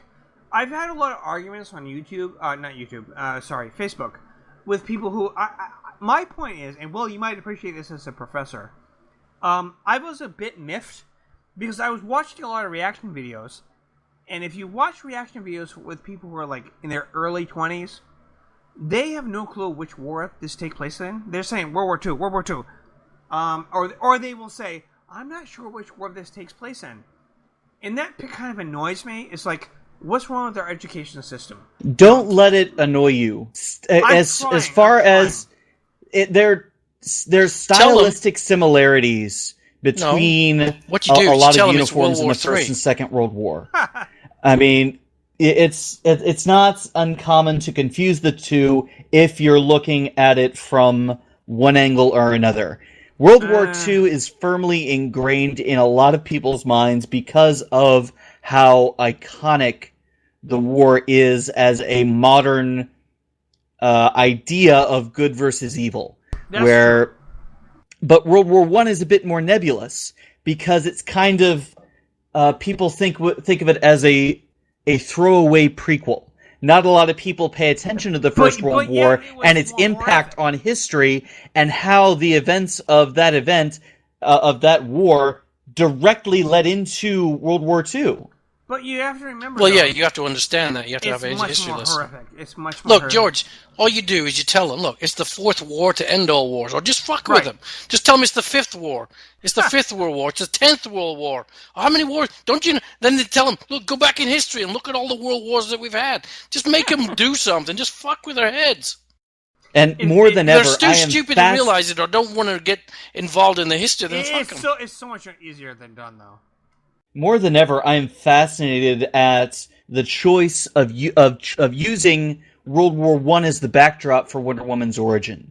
Because it really did bring the world close together in the worst possible way, where almost the entire globe was divided on these two sides. And yes, most of the action took place in Europe and Africa, but by the end of it, there wasn't a nation on the planet that hadn't chosen sides in one way or another, and that weren't affected by it. But you had minor skirmishes in Asia and Indonesia and India and Africa, and then you had war. They had the battles on the ocean between the subs and the battleships, and so it was a world war. It was a world war. More than that, that was the dawn of biological warfare. Let that sink in for a moment. That was the first time that the planet has seen the use of gas, of disease, used as a weapon. They call it the war to end all wars. Yes. That's what they called it. This is exactly what I was about to say. Okay, so World War II was horrible. It was. But World War I was different. It was like... It was almost like... When World War II happened, it was almost like they said, oh shit, we can't go that far. And they were, World War I was like people figuring out, oh, we can do some really horrible things. Let's just They were still using cavalry. Exactly. No, but they were still sending people into battle on horseback. But you have to look at the time. No, this was in 1918. This is 1914, 1915. No. 1916, 15 to 16. Right, but look, when the last war that they had were in the 1800s. The Boer War with the British, with the in Africa, the Zulu Wars. I mean, this is where they had minimal mounted cavalry, like Girard said, and it was a rite of passage for men to go into battle. And when World War I started, the men of the European countries were marching off to war happy. Hey, look, I'm going to become a man. 4 years later, millions and millions of deaths. They were like, we cannot let this happen again. The biggest Europe was decimated. Yeah. If France did not have enough population to replenish themselves by the time Hitler was rolling through. That's why they surrendered. Because they didn't have the manpower to have a standing fucking army. Yes. What Ross just said is absolutely... See, this is why I love what they've... the liberties they took with Wonder Woman in this incarnation is because World War I is so much more fitting. It's not just because they're trying to not make it a copy of Captain America, even though they have the right to do that. You know what I'm saying? Because of the lore. But they picked the right... It just feels right. She walks up on that ladder, right? She climbs up on that ladder, and she says, "It's what I'm going to save the world. It's what I'm going to do." I'm sorry, Gal Gadot sells. She is absolutely perfect as Diana Prince. She is absolutely beautiful. She's kind. Her voice, her accent, everything about her is perfect. And she walks up that ladder. She goes onto that trench, and they start shooting at her. Why the fuck would you, first of all, shoot at her when you're a German soldier and you see this beautiful woman just walk up the ladder? Why the fuck would you...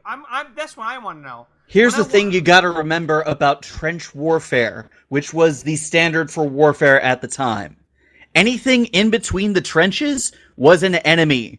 Be it a man, a child, a dog, a horse. They would send anything across the trench to try and push the line and get breakthrough. That was the mindset of the officers at the time. You had to break through the lines. Right. I understand that. So anything in no man's land was fair game. Yeah.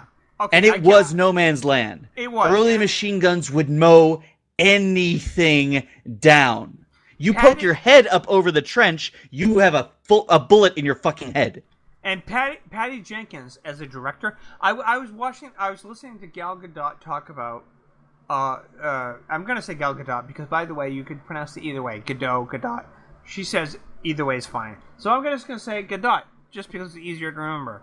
Anyways, the point I'm trying to make is, she talked about how behind the scenes, when they were filming all the trench stuff, they were in freezing weather. I don't know where they filmed it, but she walked out there in her Wonder Woman costume. Okay? Every time they did a shot where she was walking out in her uniform, her costume, she was freezing her ass off. Patty Jenkins said she never complained. Not even once. The whole cast and crew... She's a professional. Right. But the cast and crew were complaining. They were freezing their fucking asses off. Because wherever they filmed it, it was cold. So she's walking up that ladder, and she walks onto that trench, and they're filming those shots, and that woman's in that leotard of armor with all that skin exposed, and that woman was cold, and she never complained. She said, what do I gotta do? How many shots do I need to take? She never complained. So I'm telling you right now, she's not only a Wonder Woman as far as the DCEU, but she's a Wonder Woman in real life. If I was getting her salary, I probably would not complain either. Yeah. Well, no, salary doesn't mean shit. Yeah, it does. No, if you hear some of these actors that are making $20 million per movie. No, hear me out. Hear me out. Okay, all right, go ahead. I haven't talked as much. All right, hear me out. If you get an actor who's making $20 million a movie, and he or she signs on a dotted line, the last thing they're going to do is complain. The last thing they're going to do is whine, because they sold themselves to that movie company to make this movie and do a darn good job with it. And it's just like with any actor. It's just like what Ross said. She is a professional. That's her job. It's just like when you watch people eat dinner at a dinner table in a movie. Yeah. A lot of that food is cold as hell. And they have to pretend it was warm, just got out of the oven. It was the best thing since sliced bread. That's part of the job. Unless the scene calls it for to be bad. I mean, right. Athletes, they have to compete in freezing weather. I mean, yes. when you're being paid to do something, that regardless of what it is, if you're paid to do something, act in cold weather, models, on the when they do those covers for Sports Illustrated, they're usually done in December and January in cold, freezing water. They're out in the ocean, but they have to look like this. No goosebumps or anything like that. They've got to be professional. But you got to remember, okay, so Gal Gadot and Patty Jenkins were on the same panel at Comic-Con, and they talked about their experience when they were filming the trench scene and all this other stuff. All I'm trying to say is when you watch this trailer, and everybody appreciates how wonderful this trailer was, no pun intended, wonderful, haha. The thing is, George? Yeah. I'm just going to let you know, as a guy, when I'm watching the trailer, I'm not going to worry about the temperature, whether it's Fahrenheit or Celsius. I'm going to look at the trailer and say, that's a good looking woman. That's all I'm worried about. Anthony, let me ask you this. I'm going to ask you directly. What did you think of the new trailer? I didn't see it. wait. Hold on. I was in zombie mode. Okay, so we are, as we've done with Will one time, we're in real time. So hang on, buddy, because I want to know your honest reaction, because this trailer is incredible, and I honestly want to know your realistic opinions. Hang on. I don't think any trailers can be said, oh, it's super. It's a good trailer. It's a good trailer. Opinion. Come on. No, for me, any trailer whets the appetite. I don't say, oh, it's a brilliant trailer, unless you get director of the year.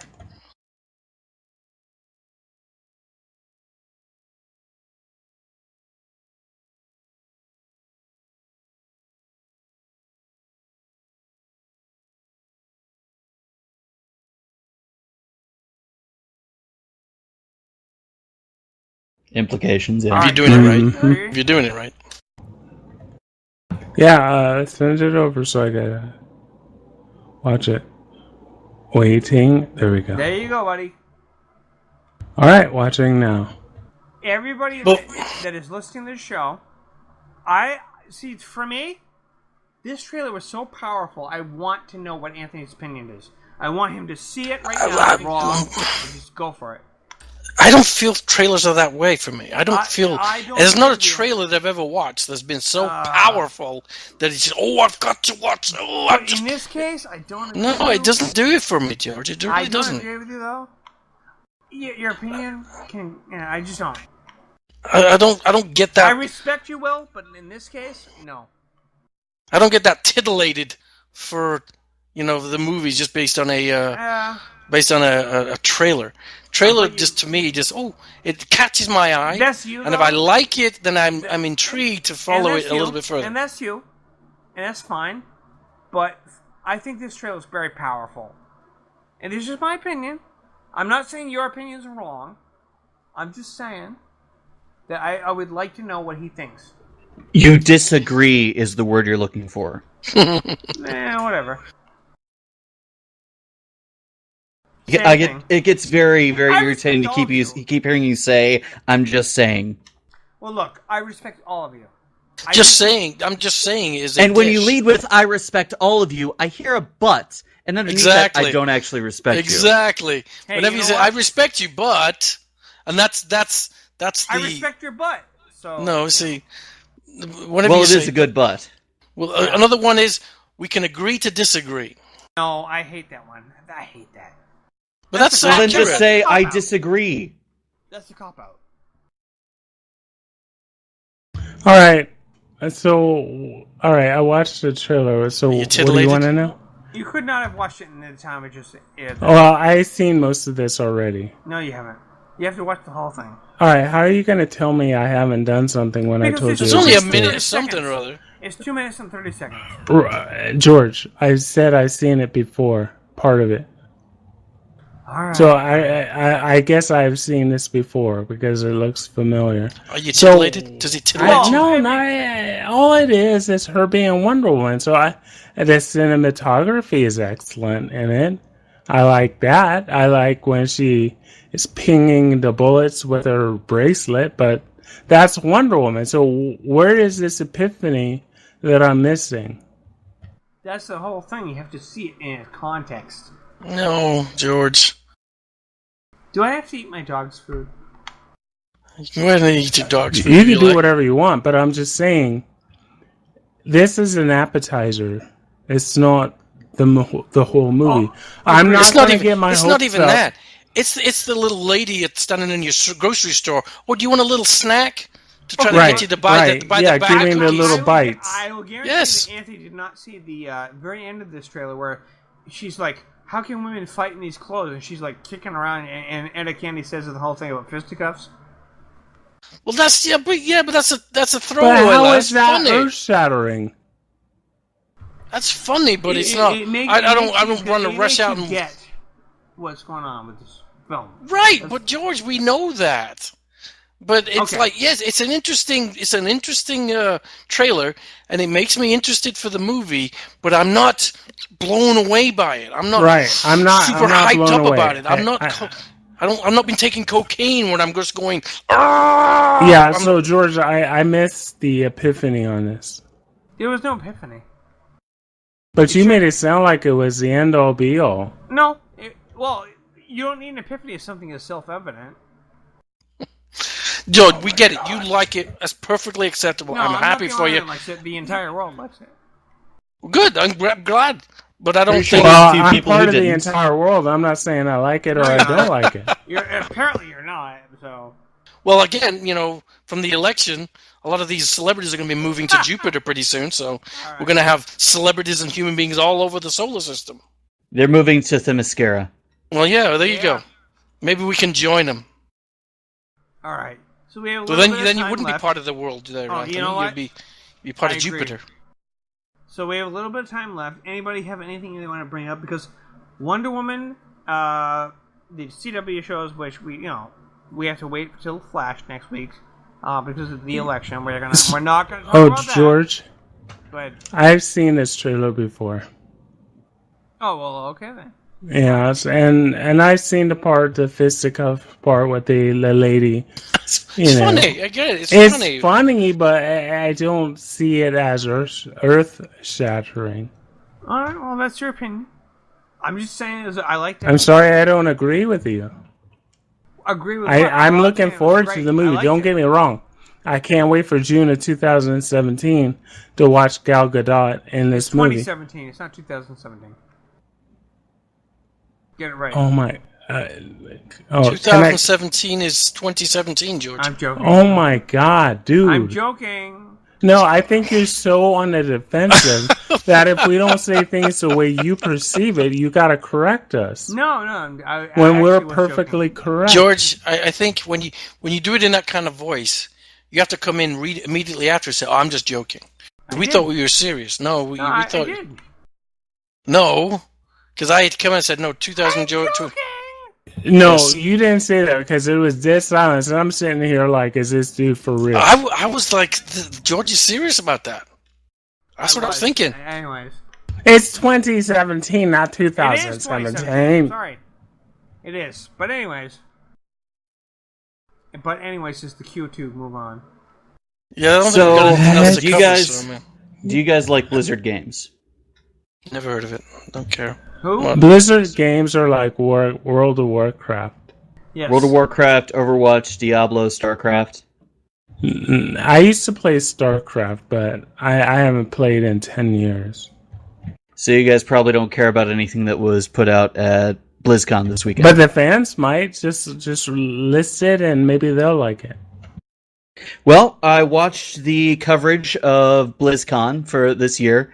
It was a lot of fun. Ozzy Osbourne, that was last year. Weird Al Yankovic played their closing concert this year. Wow, that's cool. But they announced a whole bunch of new stuff coming to Blizzard titles this year for their first-person arena shooter game, Overwatch. They have a new hero coming. I keep getting told by people at work to check out Overwatch. It's an awesome game. It's a lot of fun. But they finally announced their character Sombra, who they've been teasing with guerrilla online marketing for a little while. She's a fun character and a thing out of Donald Trump's nightmares. She's a Hispanic woman who hacks everything. Interesting. And she's as fun as all the Overwatch characters are. For Heroes of the Storm, their MOBA game, they're adding 2 new heroes as well as new battlegrounds. For World of Warcraft, they gave an update on their latest expansion and where they're moving through this expansion. What am I missing? Diablo's 20th anniversary. Diablo kind of reinvigorated the RPG genre, so they're paying tribute by recreating the game in Diablo 3. Complete with retro filters and everything else, so although it's a modern game, you feel like you're playing in 1997. 1997 was a good year. I'm just saying. Let's see what else. Actually, I know Ross was probably 17 back then. But me, Magnum, and Will, we were like already old fogies. That was the year Voyager came out, wasn't it? I don't know. I was still in my 20s. And they're also still creating new content for StarCraft 2. So Blizzard Games is still going strong, and it's going to be fun to see how things develop over the next year. That's cool. Magnum, have you watched anything new lately? I'm always watching stuff. Tell us your opinion of The Walking Dead in the last couple of episodes. The Walking Dead on AMC. Okay, so I'm opening up the floor a little bit before we end the show because I did have a problem with it, as we discussed in one episode, but I have since rescinded my opinion a little bit because you helped me open my eyes to the fact that it wasn't what I thought. So, tell me what your opinion is of the last 2 episodes. Negan, what's going on? Well, the last 2 episodes did not really involve Negan too much. He was in this one on past Sunday. He was in there, but the week before it was Carol and her road to recovery, and where we met King Ezekiel and his tiger. Right. Yeah, so that was quite interesting. By the way, I know everything that's going to happen from the comics. Whether or not they're going to implement it, I'm not going to say it, but whether or not they're going to implement it in the show, we will see. Go ahead. Sorry. Oh, I can continue? Yes, you can.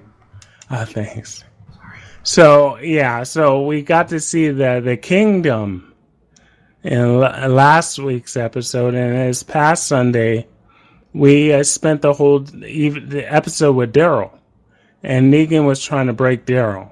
He had him in his cell. They were playing the same song over and over and over really loud. He was naked at first, and they kept giving him dog food, but Daryl kept eating it. And there was one scene that was really interesting where Negan had all his people behind him. And Negan would take the bat, Lucille, and point it at the person. Right. And he would say, "Who am I?" And the guy would say, "Negan." "Who am I?" "Negan." Everyone was Negan. And then finally when they went to Daryl, Negan says, "Who am I?" or "Who are you?" And he says, "Daryl." So Daryl is not going to break. He did break down and cry in the cell, but he's not going to break in front of Negan. So it's going to be an interesting to see how they try and mold Daryl into the Negan organization. Huh. So, yeah, ever since that first episode where everyone basically had their heart ripped out. You mean from this season? That's what I was talking about. Yeah. I didn't think I would have to specify. Sorry. What season? When I'm talking about Negan. Sorry. When I was talking about Negan. Yeah, I know. That's true. Yeah. Because he didn't exist until. Yeah, okay. Thank you. All right, so ever since the first the first episode of this season, after we got our hearts ripped out, the following episode was lighthearted, a little happy, and then the next episode we were going through the trials and tribulations of Daryl. So it's manageable. It's not heart-wrenching. Not a lot of zombies. All I have to say is this. If a King Ezekiel wants to give you some pigs to eat, don't eat the pig. That's all I got to say. And if you want to know why, watch The Walking Dead on AMC. Because it's not pig? I don't know. Is it long pig? I'm just going to say you got to watch The Walking Dead on AMC. All right. Well, you know what? We're nearing the end of our show. And is there anything anybody wants to bring up before we end the show? Yeah, one thing. Wonder Woman could defeat Batman. Well, she has on several occasions. Yes, in fact, there's a famous panel on the comics where she's got her boot in his face while his face is in the puddle of the water on the ground. Was he face down like Jimmy Olsen? Yes. After he got beat up? Yes, dude, actually. Who lays face down after getting beat up? Most people are laying on their back. Well, she kind of had his boot in his face, holding him down dominatrix style. She beat the shit out of him. He did kind of betray her after they'd been together for a little while. So it's not just a regular beatdown. It's a woman scorn beatdown. I have something to say. But the thing was, though, that when she was sparring with him, and she just kind of was like, really? And she just, boom. And she put her boot in his face. And they made an entire thing out of this panel where she has her boot in his face. And Batman's just like, I give, kind of thing. I have something to say. Good. That little old lady from Wonder Woman's trailer can beat up Batman. Probably. Batman's not that great. She can beat him got with her fisticuffs. With her fisticuffs. You know what's funny? Sunseal said to me, you think Batman's so great? I'm like, no, I don't actually. I don't actually like Batman. This is the funny part about the whole thing. Yes, I do Bat Radio. I love Batman as far as a character. For me to parody... I could have sworn the first 5 episodes of Super Geek involved Batman. Yes, but you have to understand, as a parody character, I don't actually think Batman is cool. This is what's so funny about how everybody perceives me. No, George, you were stroking his cape, telling us how wonderful he was. No, he's not. Go back and listen. It's on tape. Well, you can look at it any way you want, but what I'm trying to say was when people think they're insulting me by saying Batman, he's a wimp. He does what Batman can get beat up by an old lady. I don't care. Batman is a ninja. And he's an American ninja. Yoda who can defeat Batman. Yes. Well, that's a given. Donald Trump can beat Batman, okay? So my point is that... Actually, he can't. But anyways, the point is... A little stormtrooper Melania from Trump can beat up Batman. Star Wars can beat up Batman. Not Donald, because he's a fucking idiot. But the point is that what I'm trying to say is that... Grab Batman by the pussy. Yeah, exactly. Yeah, there you go. That's exactly what I'm trying to say. Okay, George, I gotta go. I'm getting real tired. Anyway, like I got an hour left. I was asleep last night. Alright, that's fine. So I want to thank you guys for joining us. Ross, never mind, we already heard where you're from. So, it was episode 37, I think? Yes, 37. Alright. So, I guess we'll talk to you guys next time, unless you guys don't want to. We'll be here. We'll be Way here. to promote the show, George. I'll have more sleep by then, too. I'm just kidding. Alright, guys. Hang on. Alright, you guys have a good night, and we'll talk to you all next time.